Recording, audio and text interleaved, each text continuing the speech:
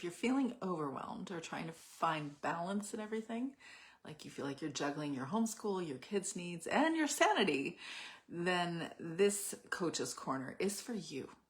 If we haven't met, I'm Teresa Wiedrich. I am the certified life coach and graduated homeschool mom who is the admin of the Homeschool Mama Support Group on Facebook. So welcome to the Homeschool Mama Support Group. I am often asked about balance and how to balance things. And my natural instinct is to repel that conversation point and say, you can't find balance. Because balance in nature is something that is always sitting at some sort of equal energetic space. And I don't think that is an accurate reflection of almost all of my homeschool life. There was always something that took more precedent over other things. And that's been my experience in every other element of life too. So in my experience, this balance concept can't really be accomplished completely in the homeschool mom life. But I will acknowledge that there's the feeling of balance that we're aspiring to, and the feeling of balance, well, that is a different discussion. I think there are certain things we can do to feel the feeling of balance. So on today's podcast episode, my podcast called Homeschool Mama Self-Care, I introduced to you a mom. Her name is Grace. It's not a real homeschool mom. It's based on a composite of homeschool moms that I've worked with as a coach. She's a homeschool mom who's passionate about her kids' education and their well-being. She came to me because she wanted to feel balance. She describes herself as being fairly aware of her triggers, and especially related to her kids. And she feels like she's slow to anger, which is lovely to hear. And it is not a common thing that I hear, actually. As with most of us, we are challenged with those emotional triggers. But she said she's slow to anger. She is continuously looking at herself, her own personal growth learning, and is introspective and is always trying to learn more about herself and how she shows up in her homeschool. She also says that she values self-care, but since she had her youngest two kiddos who are presently preschool age, but since that phase of having the second and third and fourth kids, she finds that she doesn't have any predictable time for herself. I'm sure you can relate. That is a common conversation point. So she tells me that she has a goal of reading 3 books a year, which is pretty dang impressive, because she notices that she only has about a solid 5 minutes of quiet consecutive reading. She was looking to connect with me because she wanted to bounce a few ideas around with someone who has been there, done that, the homeschool mom life, but also is someone that has objectivity and has skills to assess the challenges that she is experiencing. But most importantly, someone who didn't have skin in the game, who didn't feel like they were invested in her specific family life. So she had a variety of challenges that you will hear very frequently in the homeschool experience, where there's perhaps one child. This was her experience. She had a relationship with a kiddo who it just didn't feel right. The relational dynamic wasn't how she wanted it. She felt like she was constantly at odds with this child, and this child was also making her feel mistreated or bullied at times, and she didn't know why or how to address that. And then she found herself getting angry, which she said was not typical for her. So she was feeling overwhelmed, emotionally overwhelmed at times, and then would lose her marbles more regularly than she ever had. And she was mortified sharing that with me. She was accustomed to pushing her feelings down, and she wasn't accustomed to having these moments of losing her temper. And she definitely felt guilty about it. I'll tell you a whole bunch more about Grace on the Homeschool Mama Self-Care podcast and what we did to overcome that. But I thought I would here share a few of the tools or strategies or mindset shifts that really were her experience over the course of our coaching time together. So if you're game, you might want to grab your journal and write a few things down, especially some of the journal prompts or the things that might come up for you that you're like, you know what, maybe I need to think about that a little bit more. How does that really play in to me feeling like I'm imbalanced in my homeschool mom life? So maybe you've wondered if it's even possible to experience the feeling of peace or quiet or balance. And I know it is possible to move in the direction of that balance and that peace and that quiet space. I don't think we ever get to perfect stasis because life happens and stuff happens and things are unpredictable. But I do know that we tend, as women, homeschooling or home educating, we tend to sacrifice our needs on the altar of our homeschool expectations. So if you've ever thought there's got to be a better way, there is. You are in the right place. So here's the real question. What would your life look like if you could wave a magic wand? I need a magic wand because I say this so often. If you could wave a magic wand and create the ideal homeschool and family life, what would it look like? Seriously, think about it. What would you spend more time on? What really matters? What would help you to feel more connected to your kids? And how would you get some energy left over for yourself at the end of the day? Just imagine if you could wave a magic wand and create the ideal homeschool and family life. What would it look like? How would you spend your time? For a lot of us, we have this unconscious, unspoken expectation that we need to do it right, or perfectly, or just as good as, or a little bit better than, or something.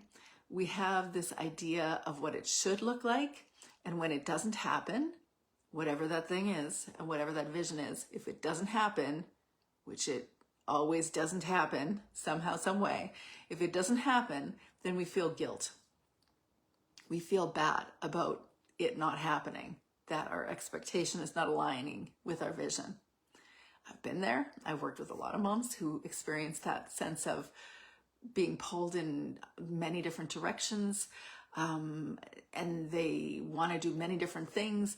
But here's the thing, you don't actually have to stay stuck in that overwhelm or that being pulled in so many different directions or always feeling guilty that you're never hitting your mark.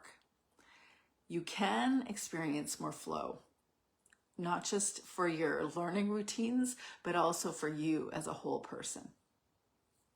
So today I'm going to share with you a few of the mindset shifts, the tools, the strategies that can help you regain balance, the ones that I have also discussed on the podcast in the context of Grace's story. These are the same things, these tools and strategies and mindset shifts that I've used with client friends who've gone from feeling frazzled to being a lot more satisfied in their homeschool mom life. They help us to let go of perfectionism and I'd say lean into flexibility, to feeling like we don't have to always have things fully aligned with what we originally thought. It helps us to come away from rigidity, the rigidity around our learning intentions, the rigidity around having perfect homes, the rigidity around having happy kids that never get frustrated and never fight, the rigidity of how we frame what matters most in our home, or the rigidity of the unrealistic expectations in our homeschool family. So one of the things that we're going to do when we are being honest about where we're really at and what really is pulling us from there to there is to ask ourselves, are we actually looking after the things that matter most ourselves? Because we are the barometer of our homeschool. We are the energy of the homeschool. We are creating a backdrop to everything that happens. And that's not to say that you should therefore never make a mistake or do things perfectly, because that's just not real. But also be aware that when you're not looking after yourself and you are sacrificing yourself to the altar of your homeschool expectations, well, then things don't turn out so well. They don't feel balanced. They feel scattered and a little bit too much at times. Something that we don't do often enough is celebrate the small wins, like to celebrate and say what went right, not just what went wrong, what's not quite going the way we want, but what went right. What are the things that you could do each week to celebrate? That's something that I do that I always offer a space in the Confident Homeschool Mom Collective every Friday. And sometimes I'm here on Facebook in the Homeschool Mama support group too, asking what went well this week. Because there are moments that don't turn out well, and it's easy for us to default to what didn't go well. But actually, sometimes we're overlooking the things that are going well. What is it in your homeschool right now that is going well? I'm wondering if any of this resonates with you, if you're interested in a couple of quick, let's call them homework assignments. I always think that's hilarious that I prescribe homework, but I do, to the moms, the homeschool moms that I work with, even though I was fairly unschooly in my classically homeschooled approach. If you want to have a little homework, I'll give you this. It might help you shift your perspective. One is to ask yourself, what is your magic wand wish? If you just take 10 minutes today and write down what your dream homeschool family life would look like. There's no limits to this. There's no expectations. It is whatever really matters to you. And it'll help get you clear on what really matters when you write it down. The second thing is to look at your small wins list and start tracking the small things, but the cool things that happen in your day. I actually didn't call it a small wins list over the course of my homeschool days. That's kind of like a popularized term that's come up in the last little while. It wasn't something that I knew of way back when, but I could see that there were so many cute little moments with each of my kids. I just I relished the time that I had. Just listening to those little moments where they'd say something funny, or they'd share a story, or they'd make a joke or something, and I wrote it down. I probably slowed down somewhere in 2020, but I kept a 3-ring coil binder of all the things that I thought were funny or remarkable. And I actually see that was me honoring the small wins in my kids' life, which was super meaningful. I've since had kids grown kids look back at them and say, no kidding, this is something that you kept as what I saw as a journal for them about all the things that were happening along the way. And it was an effort every once in a while to sit and say, okay, what happened? Okay, yeah, right. Or I would leave it on the island to remind myself.